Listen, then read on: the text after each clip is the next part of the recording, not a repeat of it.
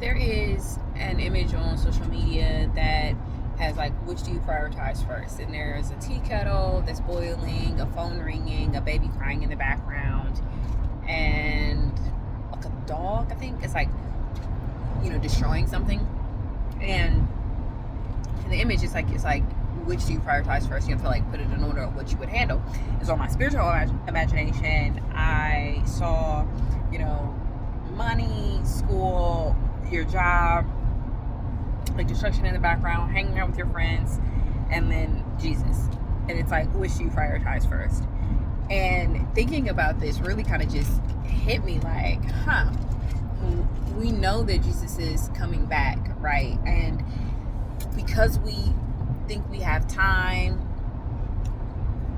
we're like, oh, well, it's like this idea of multitasking. Like, I could do all things, I can go out with my friends and hang out, make money and educate myself while still going to church and going to Bible study and prioritizing Jesus. And I think for the most part, like, that's what our lives as Christians look like. And at least that's for me what my life looked like. And I was like, yeah, I'm prioritizing Jesus. I go to church every Sunday, I'm going to Bible study, and that's right. And it wasn't until recently when I realized, like, okay, I asked the question, what if I knew, right, the date and the time and the hour of Jesus Christ's return?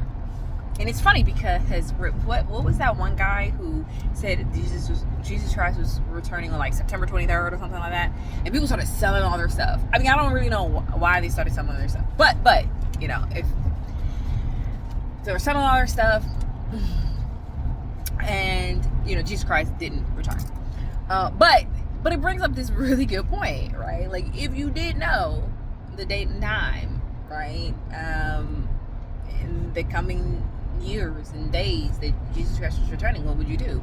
Other people, they sold all their stuff, right? Because maybe in context to Jesus Christ's return, nothing mattered. Like, they quit their job. They're like, what is my job and a degree matter? Not that it doesn't have value in our world, but in comparison to Jesus Christ's return and what he's called us to do and getting ready, well, what does it mean in the face of that, right? And so I do find it interesting that there was like this surge of people that were like, I'm gonna sell all of my stuff, right? And so, and going back to the point, it's like, what does it look like for us to prioritize Jesus Christ in our lives, right? Because if there's something that you would need to change, right, don't wait to do it. Live like that now, right? Jesus does tell us to to the rich young ruler, right? He's like, God, I do all these things. What must I do to like really serve you? And he's like, sell all your stuff and give to the poor and follow me, And I think, like, really in America, we have this idea of this capitalistic, mindset, and this idea of excess, right? More. We need more. We need more money. We need more higher paying jobs and clout and titles and things like that, and more possessions, right? Because that's what's gonna make us happy. But again, in comparison to Jesus, who's coming back, and he's like, hey, listen, I want you to go out and teach. I want you to go sell all that stuff that you get and serve me. None of it matters. And so I take all of that, and this has just been on my mind this week, where I was like, I'm not gonna go sell all my stuff and quit my job. But I know that not just me, there's a lot of people who need to really examine what prioritizing Christ looks like. And for me, it's putting on that identity first, right? It's like, before, if someone asks who I am, it's not, oh, this is what I do for a living and this is where I live. It's like, I'm a follower of Jesus Christ, right? Before I'm going to go out with my friends, before I'm even going to think about going to church and Bible study, I'm like, what did God tell me to do? That's my identity. That's who I am. That's how I prioritize Christ. Christ said, go and teach and give to the poor and give to the fatherless and give to the widows. And that's the religion. If you wanted to ask what the religion is, like, go and give, go and tell people about me, go and teach, right? This position of humility and meekness.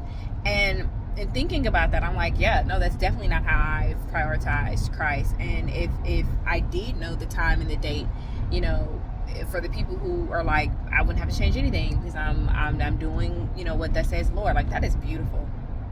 But it reminds me of the story of the 10 virgins who were waiting for the bridegroom, right? Not knowing the day or the hour they were going to come. And once they came, there were 5 virgins who had oil in their lamp and were ready to go, and the others didn't have oil in their lamp. They had the lamp, they had the appearance of godliness, right? They were chosen, but no oil in their lamp, and so they had to go and get oil. But by the time they went to go get oil and come back, bridegroom was gone. And so it's this idea of like, well, then what then, right? What does it look like to prioritize Jesus? What does it look like to be ready? What does it look like to have oil in your lamp? And this is something that I've been asking and talking to God, and I literally just had a conversation the other day, and it was like, listen, sit at the feet of Jesus and spend time with God. 1, 2, he says that what is religion, right? His religion is going to give to the people who are overlooked, and the widows and the homeless and the poor and the hungry, and right, like that's the religion. That's the instructions. And he says to go out and teach, and he's looking for an investment. The story where he gives, the king gives to his servants, one he gives just 1 coin, and another he gives more. And when the king comes back, the man he gives the 1 coin to went and hid it, and the others had an investment on what he gave them back. And so the question is, it's like, okay, yeah, you go to church, we go to church and we go to Bible study, but what are you doing with it? What am I doing with it? Right? Because if we're just getting fat off of it, or we're going to hide it, then we're not ready. We don't have oil in our lamps. If we got to say, oh shoot, let me go hurry up and go and do this thing, we're not ready. So the beauty of this is Christ is not here right now. So you have time to get your oil ready. You have time to go and get an investment. You have time to prioritize Jesus, but we don't have that much longer. Like, truly, if we were to say, hey, in the next 30 years, in your lifetime, Christ was going to return, what would you change today? Now, when people heard that Christ was coming back September 23rd, and then it changed September 22nd to 23rd to 24th, they went and sold all their stuff. It was like, whew, But ask yourself why, right? Why did they sell all their stuff? Because in the comparison and the scope of things, like, what was their car? What was their job? They wanted to go and tell everybody because they were sold out.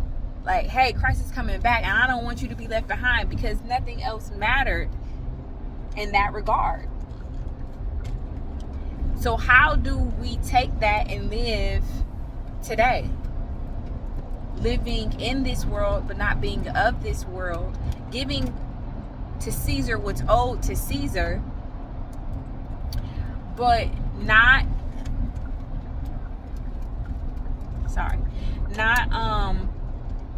taking for granted or taking advantage and abusing, like, the time that we have. Steve.